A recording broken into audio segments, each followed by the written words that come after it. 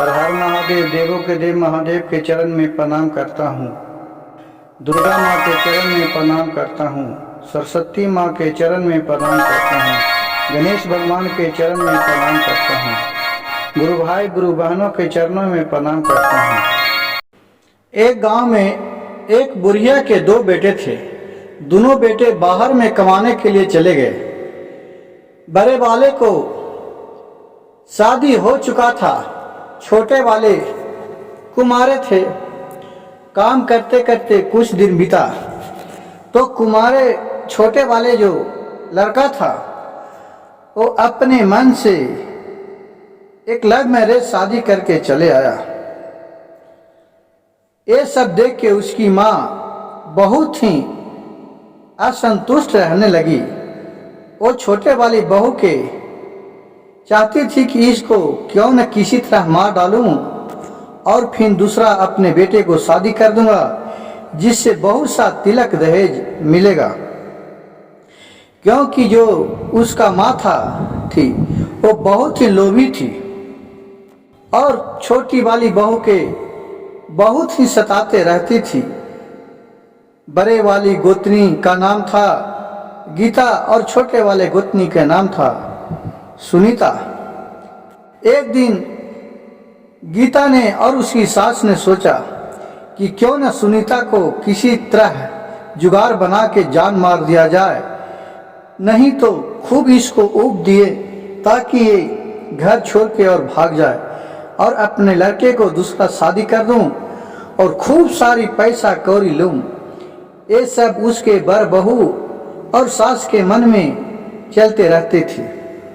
एक दिन के बात हुआ कि छोटे वाली बहू सुनीता से बोली सास कि बहू आज घर में जितना काम है ये सब काम कर देना, सब बर्तन मेंज देना, थाली मेंज देना, सब मेंज के और जाके जंगल से तुम लकड़ी काट को ले आना खाना बनाने के लिए। कहा कि ठीक है माँ जी। इसी तरह दिन प्रतिदिन बहुत ही प्रताड़ित करते रहती थी अपने छोटी बहू के। ये सारी बात बोल के जब छोटी वाली बहू उस घर से कहा कि ठीक है माँ जी जा रहा हूँ काम करने के लिए, तो वो बड़ी वाली बहू और सास बतिया रही थी कि सुनीता को क्यों न जंगल जाए और कोई बाघ शेर सियार खा जाए, मर जाए, उन्हीं वो घर में नहीं आए ताकि हम अपने बेटे को दूसरा शादी कर दूंगा। ये सब सुनीता छोटी वाली बहू थी जो सुन रही थी।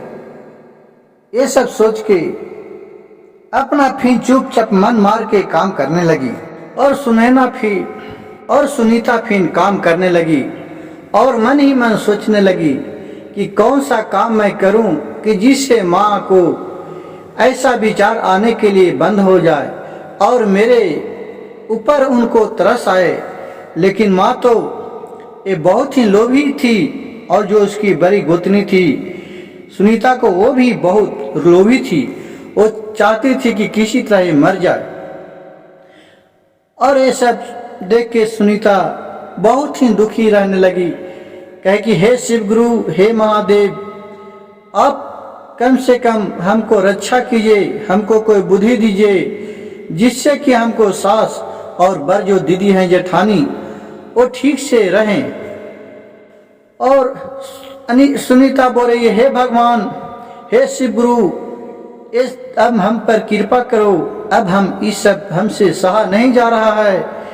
मैं बहुत ही इस घर में परेशान हूँ। मैं क्यों ऐसा शादी कर लिया? मैं तो उस समय अच्छे सोच समझ के शादी किया था और मेरे शादी करला के बाद मेरे पति देव बाहर चले गए और मेरे घर में कष्ट झेलने के लिए छोड़ दिए हैं। किसी का फोन भी आता है मेरे पति को तो हमसे बात नहीं करवाती है और बोलती है कि ठीक है तो अभी नहीं है, अब मैं क्या करूं?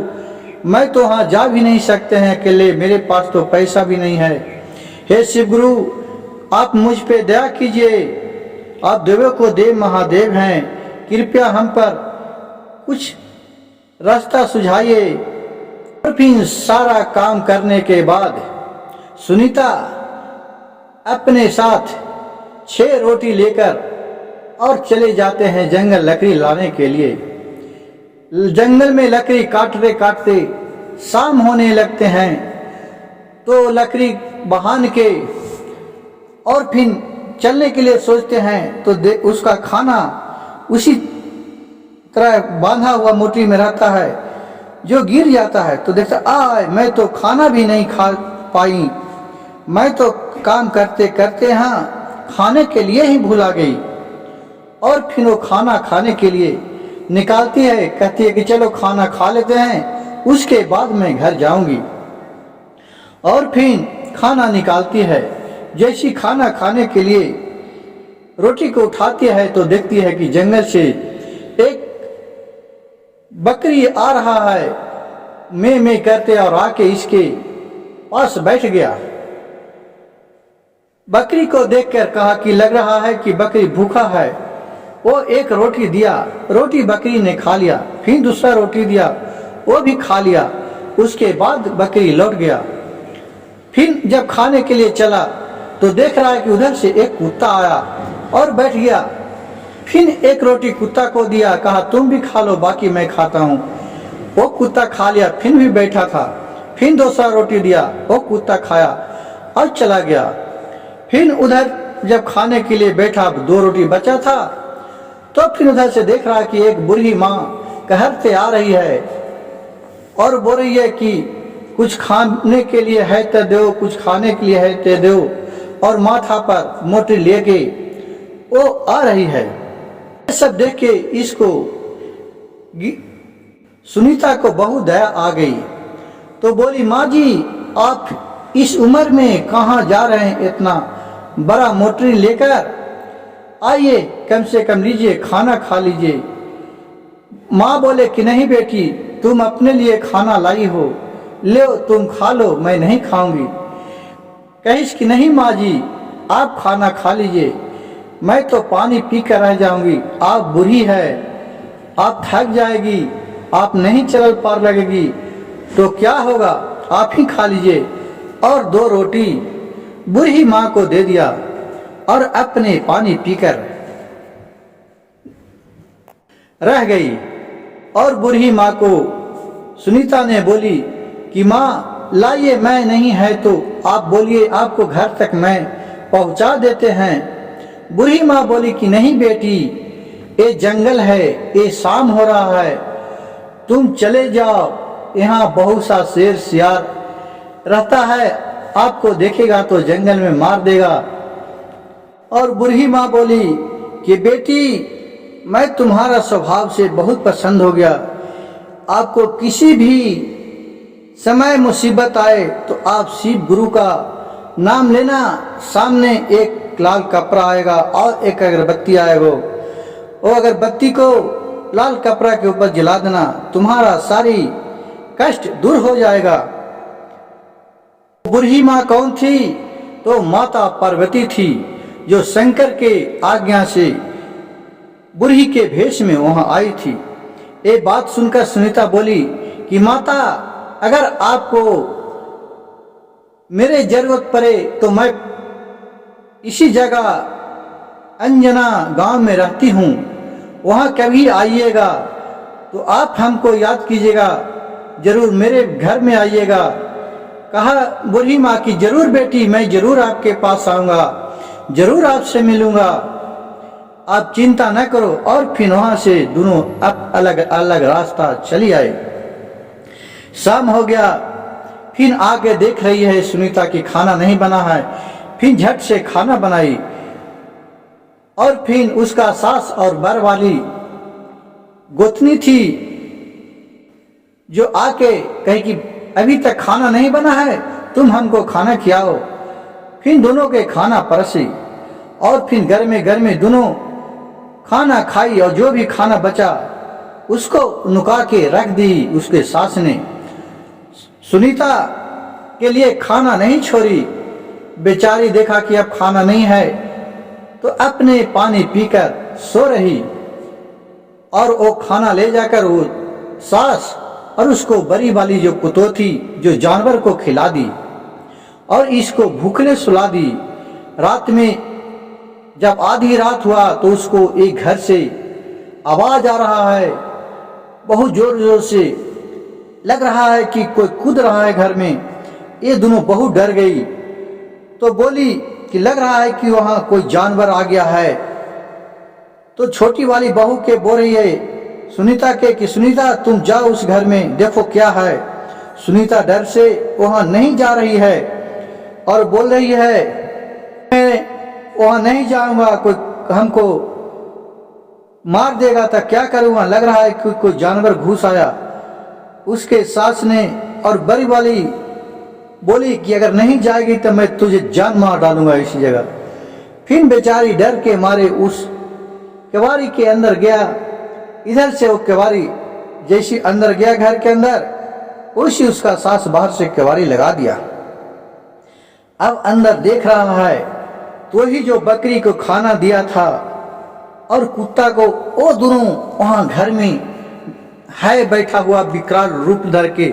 उसे देखकर ये चिल्लाने लगा, डर गई। और यहाँ से दोनों इधर केवाड़ी लगाकर दोनों सुन रही है कि अब लगता है कि उसको तो मार ही देगा कोई जानवर है ये। जब वहां इसको याद आया वो बुढ़ी वाला बात, तो अपने शिव गुरु का नाम लिया। तो देख रहा है कि लाल कपड़ा वहां से आया और अगरबत्ती, वो लाल कपड़ा पर अगरबत्ती को जला दिया और इसको डर से निश्चित होकर सो रहा, बेहोश पड़ गया था। उसको कोई भी होश आवास नहीं था। जब सुबह हुआ तो इन्होंने केवाड़ी खोला उसको सास ने, तो देख रहा है कि वहां बहुत सा सोना चांदी गहना जेवर भरा हुआ है।